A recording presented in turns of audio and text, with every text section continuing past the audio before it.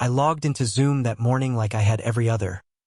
Black coffee in hand, shirt unbuttoned at the collar, the morning light already beginning to bleach the color from the room. I'd sat in that same chair every day for 6 years, facing the same glowing screen, doing the same work that no one outside the company ever really understood.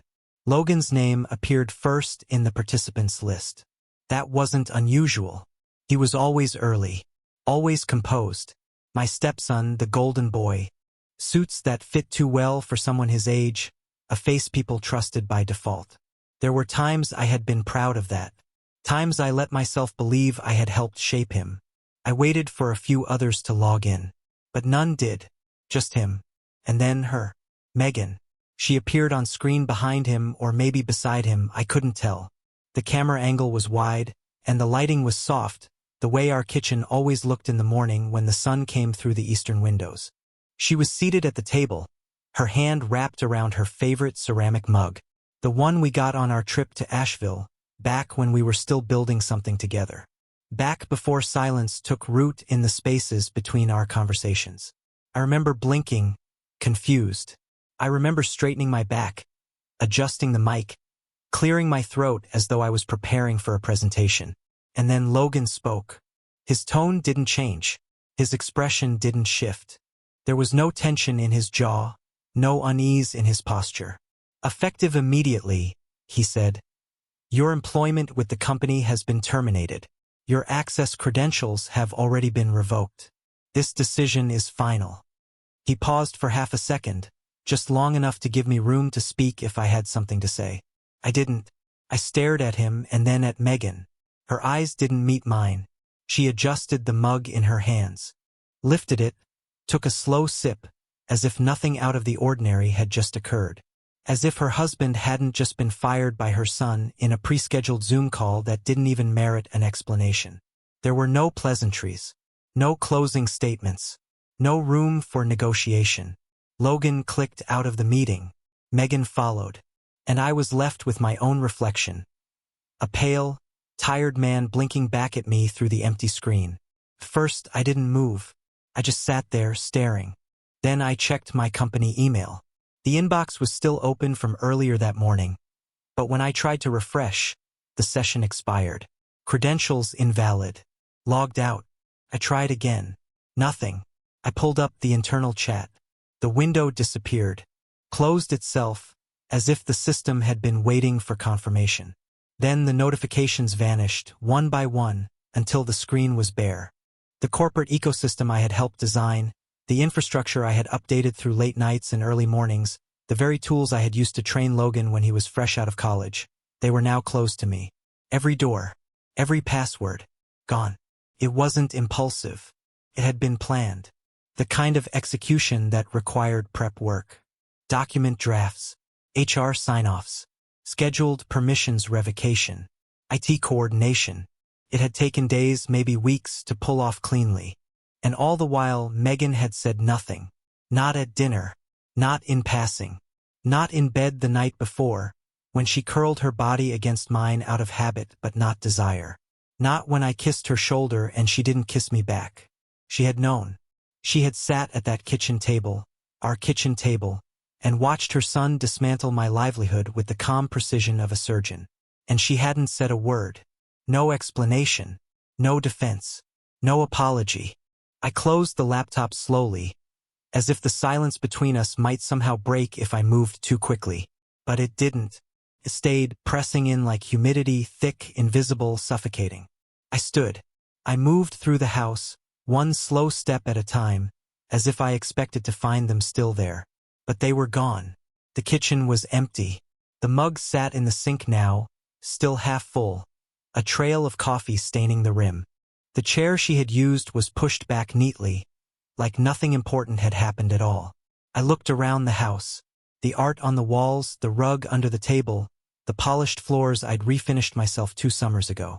Everything still in its place. But I saw it differently now. The things I'd built didn't feel like home anymore. They felt like props, like a stage. And I wasn't the lead. I wasn't even cast. I thought about calling Megan, about demanding an explanation. But what would I say? She'd already made her choice. Not in words, but in silence. And silence, I've learned, is a language all its own. Tells you everything you need to know. I didn't go home. I didn't drive to the office. I didn't scream or pace or cry. I drove. Not quickly. Not frantically. Just forward. I ended up in Columbus, one of the older branches of the bank where Logan's business accounts had once passed through. A place where my name was still printed on certain records. Old forms. Legacy files. Logan had either forgotten or never bothered to look. I sat with a banker who remembered me. We talked in calm, professional tones. I presented the paperwork, made a few formal requests, signed a few documents with a steady hand.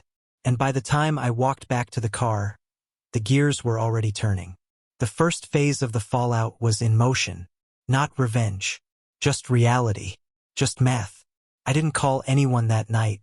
I didn't drive back home. I sat in a parking lot until the sky turned purple. And when the first voicemail came through, Megan's voice, uncertain, rehearsed, I let it play through the speakers without reaction. Then came the second, more urgent. Then the third, panicked. And then Logan. The message was short, clipped, but his tone had shifted. No longer confident, no longer rehearsed. He was trying to sound in control, but something in his voice had frayed. Because something wasn't going the way he thought it would. And that was the beginning. The first crack in their certainty. The first sound of the floor beneath them shifting. And I watched it all from a quiet, empty car. Hands resting in my lap, heart steady. Because I had nothing left to lose. And when a man has nothing left to lose, what he gains is clarity. Not vengeance. Just freedom. The kind that comes after the collapse. The kind that comes when a man is no longer pretending to be part of a family that never truly saw him at all. By the time I checked into the hotel, the lights in the sky were beginning to blur. That late evening hour when every shape softens and every decision feels suspended, waiting for permission to land. I hadn't eaten, hadn't spoken to anyone in person since the bank. The front desk clerk handed me the key without looking up. Room 327. Third floor. End of the hall. I don't remember walking there. Just the sound of my shoes on the carpet and the dull thud of the door closing behind me. It was a standard room. Beige walls. A king bed dressed in synthetic softness. A desk. A television. I didn't turn on the lights. I dropped my bag in the chair, sat on the edge of the bed, and pulled out my phone. 7 missed calls. 4 voicemails from Megan. 1 from Logan. A text from an unknown number, probably one of the legal liaisons. Please call back urgently. I let them sit. I wasn't ready to speak. I wasn't sure I would ever be again. I opened the bank portal. My credentials still worked, at least on the accounts they hadn't touched or hadn't thought to freeze. Joint accounts, business funds, a secondary investment portfolio I had opened 3 years earlier under the LLC name, one Logan had dismissed as a redundancy account. Everything I needed was still there, still mine. The logic was simple. If they could end my employment without conversation, if they could plot that decision quietly, carry it out in front of me like it meant nothing, then they had already drawn a boundary. And I had every right to draw my own. I didn't rush. I reviewed every transaction for the past 6 months. Each withdrawal, each transfer, every deposit made by my hand, from my labor, flowing like water into the life they'd built on my back. I thought about Logan's face on that screen, calm, polished, detached. A voice trained to sound like leadership. A young man who had taken what I taught him and used it like a scalpel. I thought about Megan's silence. The way she couldn't even meet my eyes. Not grief, not guilt, indifference. As if she were already moving on from me. As if my place in her life had been quietly dismantled months ago. The signs had been there. The smaller decisions. The shared calendar I no longer had full access to. The business trips she stopped mentioning. The sudden distance in the bed. The phone calls she took on the porch, always closing the door behind her. And still I stayed. Still I paid. Still I showed up. But not anymore. I moved methodically, one action at a time. The joint account frozen. Not emptied, not yet. Just flagged. A temporary hold due to suspected misuse. A legal formality. The business backup account restricted. A pending internal review, with language that would raise enough red flags to slow any outgoing transaction. The investment portfolio transferred. Not to me, not fully. Just redirected into a managed trust, one they didn't control. My name stayed on the paperwork. My rights intact, but the liquidity, out of reach, took less than an hour. The architecture of their comfort began to wobble beneath them. All I had to do was stop holding it up. At 10:34 p.m. The first message came. Megan. Hey, are you okay? Please call me. I don't know what's going on. At 10:47 p.m. Another. Michael, this isn't like you. Please say something. At 11:03 p.m. She shifted tone. Did you do something with the accounts? I can't access anything. Logan's trying to figure it out. If this is about the Zoom thing, can we just talk? The Zoom thing. That's what she called it.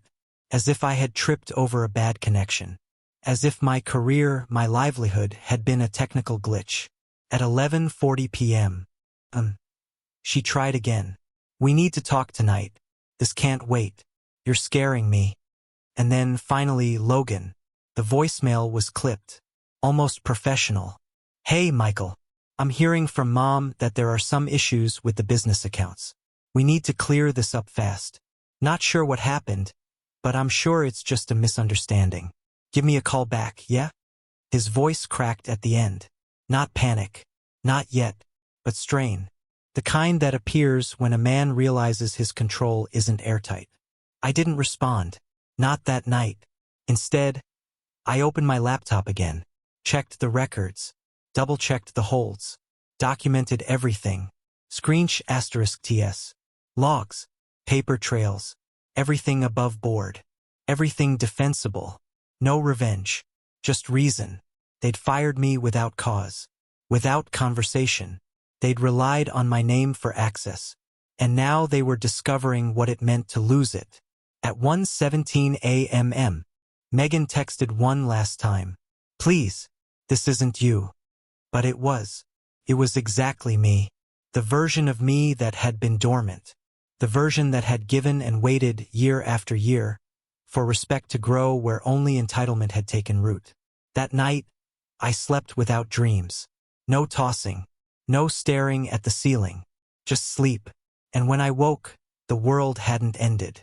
The sun still rose. But everything had changed. Because they had expected silence.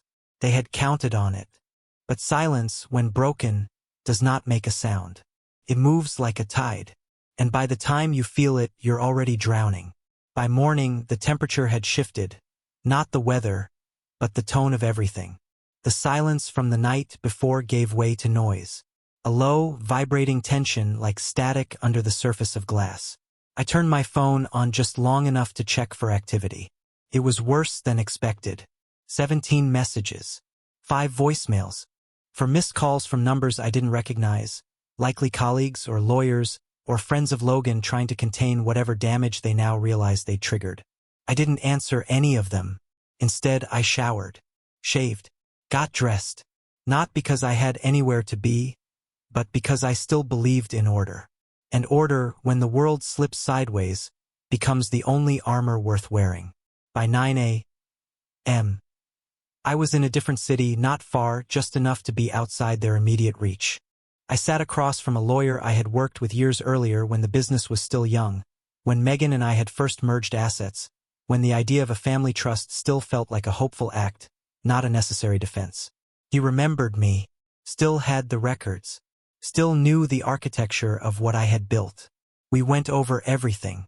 Account history, ownership structure, employment documentation, the digital fingerprints of every decision Logan and Megan had made leading up to my termination. Looks like they moved cleanly, he said, tapping a folder with the tip of his pen. Paper trails thin but legal, premeditated. No severance clause invoked, no pre-firing warning in writing, nothing flagrant. But you've got leverage. He pointed at the assets. You set this up smart. They underestimated what you kept under your name. I nodded, though it didn't feel like a victory. It felt like inventory. By the time I left the office, the legal groundwork was solid. The freezes were documented. The ownership claims reviewed. Nothing I had done was out of line. If anything, it was late. They hadn't just fired me. They'd tried to erase me. Now they would learn what it meant to depend on a man they no longer had control over. At 11:42 a.m., Megan left her first voicemail of the day. "Michael, this is spiraling. We can't access anything. I just got off the phone with the accountant and I don't understand why you're doing this. Please, just talk to me." She didn't say sorry. She said, "I don't understand," which meant she understood perfectly well, but didn't want to admit it. At noon, Logan tried again. His tone was sharper now, no longer the poised professional. "Michael, we need to fix this. I don't know what you're trying to prove, but you're putting the entire business in jeopardy. This is reckless. I gave you a clean exit. Could have made it worse."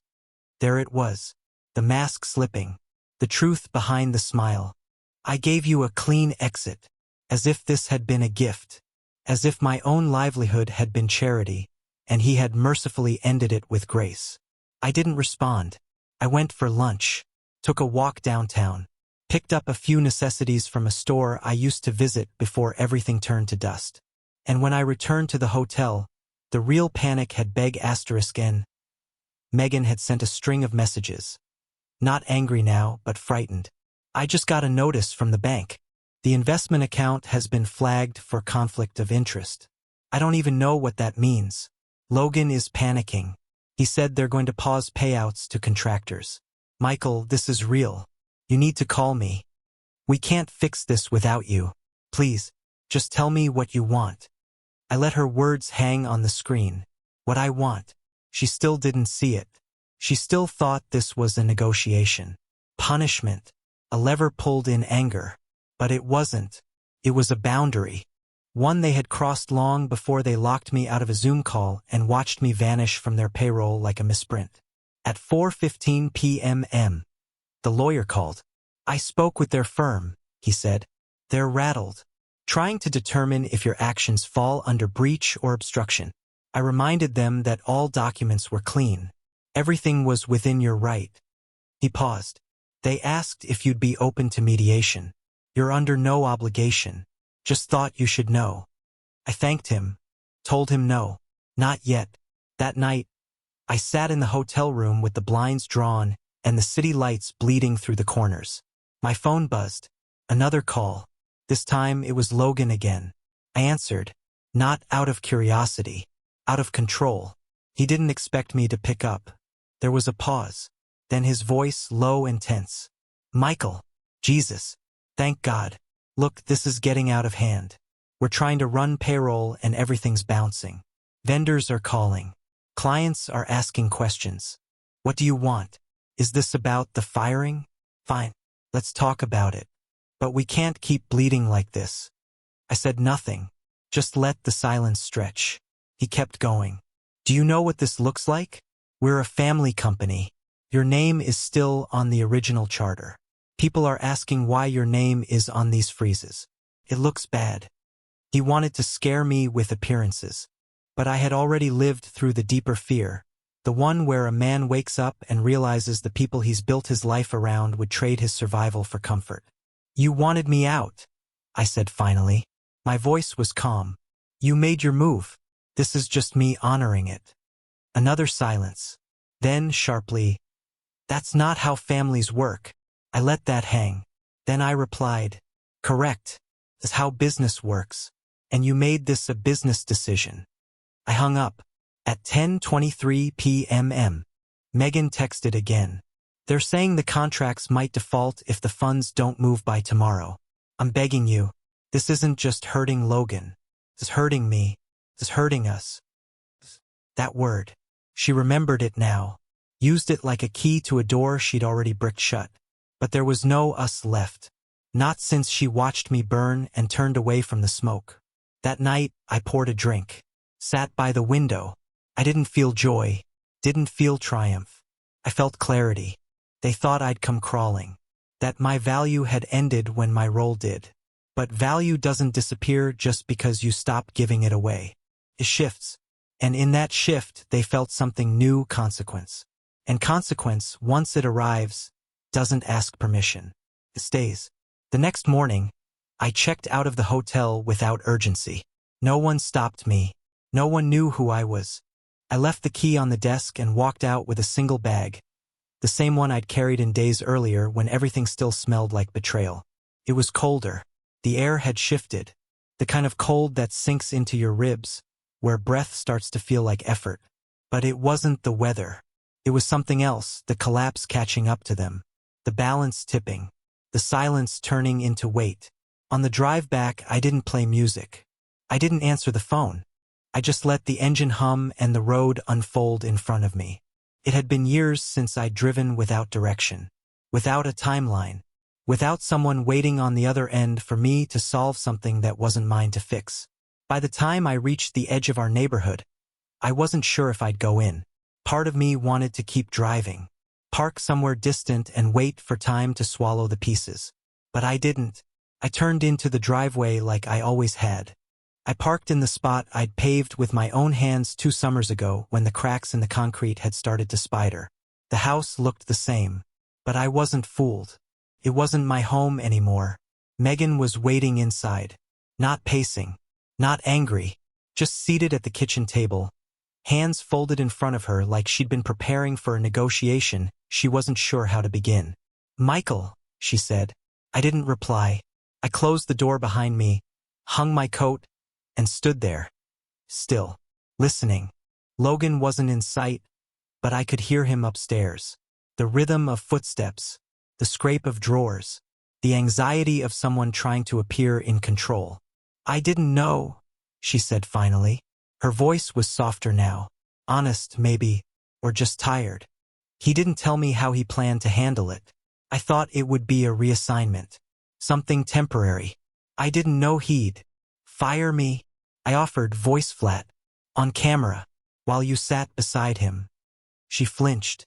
Not enough to break the performance, but enough.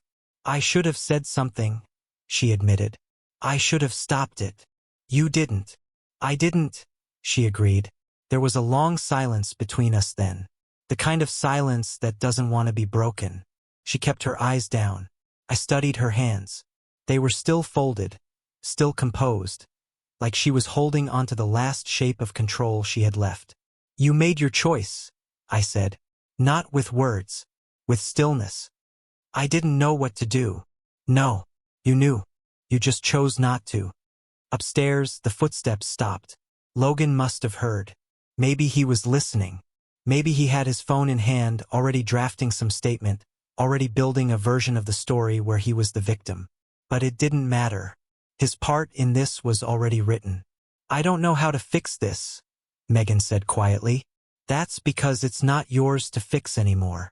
She looked up then, not with anger, not with the sorrow I might have once hoped for, just fatigue. The look of someone who knew a door had closed and there would be no hand on the other side of it ever again. "I never meant for it to go this far," she whispered. "You didn't stop it. That's what matters." I walked past her into the living room. The couch still held the shape of her. The throw blanket folded neatly, just the way she liked. The television off. The air stale with a silence they weren't used to maintaining on their own.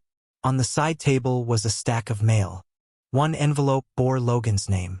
I recognized the logo, a contractor's legal department. Probably a warning. Breach of financial obligations. I didn't touch it, just noted it. A thread beginning to unravel. "Is there any part of you," Megan said behind me, "that still wants to come back from this?" The way she said it, come back. As if I'd gone somewhere. As if I were the one who had left. Not the one they cut out like a tumor they'd grown tired of treating. I turned to her slowly, held her gaze. "You watched your son gut me, and now that the bills are stacking, you want me back at the table. Not because you love me, not because you regret it, but because you didn't plan for the cost." She didn't deny it. She just looked away, and that was all I needed. Upstairs, Logan finally descended. Phone in one hand, brow furrowed in that practiced way, The face he wore during meetings, during pitches, during every performance he built his adult life on. "Michael," he said with forced calm, "we need to talk." "No," I replied. "You need to listen." He stiffened. Didn't like that. Still believed this was a conversation between equals. Still thought there was a deal left on the table. "You fired me," I said. "Without warning. Without cause. You erased my access. My name. My stake. And you thought I'd take it. That I'd vanish. That my value ended the second you pushed me off the screen." He started to reply, but I didn't let him. "Here's what you didn't plan for. I built this house. I built this business. I built you.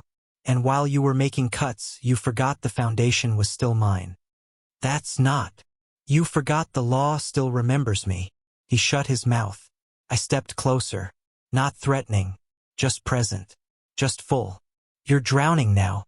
Not because I pushed you, but because you assumed I'd keep holding you up." He looked away, jaw tight. "The accounts will remain frozen," I continued. "The lawyer is handling the disputes. The trust is out of your reach. And any attempt to tamper with it will trigger a full review." Megan said nothing. She looked at Logan, but didn't speak. Didn't defend him. Because by now, even she understood the curtain was down. "This isn't about revenge," I said. "This is about weight. About showing you what it feels like to carry something alone." Logan tried one last time. A weak swing. "So what, you're cutting us off completely? You're just walking away?" "I'm not walking," I said. "I'm done standing still." He didn't reply. He just stood there, looking like a boy too old to cry and too proud to sit down. I turned to Megan one last time. "There was a version of this," I said, "where we aged together. Quiet nights. Long talks. Respect. But you burned that version down. Not with fire. With silence." She blinked, tears threatening but not falling. "And then I left. No bags. No grand exit. Just the front door swinging shut behind me. It's been months since that day. The fallout was quick. Logan tried to salvage the company. Stripped staff. Cut ties. But contractors walked. Clients asked questions. The freeze scared everyone. Revenue tanked. They're still afloat, barely. But the image is cracked. The golden boy had blood on his hands, and no one wants to shake hands with the executioner after the gallows." Megan reached out. Once. A letter. Not an apology, a justification wrapped in nostalgia. I never wrote back, because sometimes silence is the clearest answer. I live smaller now, quieter, a rented space, no framed photos, no shared calendars, no table set for a family that never learned what a man's presence costs. And yet, I've never felt lighter, because I'm not waiting anymore, not hoping, not begging to be seen. I know who I was. I was the man who gave everything. And when I was no longer useful, they mistook my silence for weakness. But silence is not weakness. It's the sound you hear right before the earth splits. So now I ask you, all of you who have ever stood at the edge of a table you built with your own hands, only to be told you don't belong there, was I wrong? Was I cruel for refusing to pay the bill one more time? Or was it the only way to teach them that a man's value isn't what he gives? It's what he takes with him when he leaves?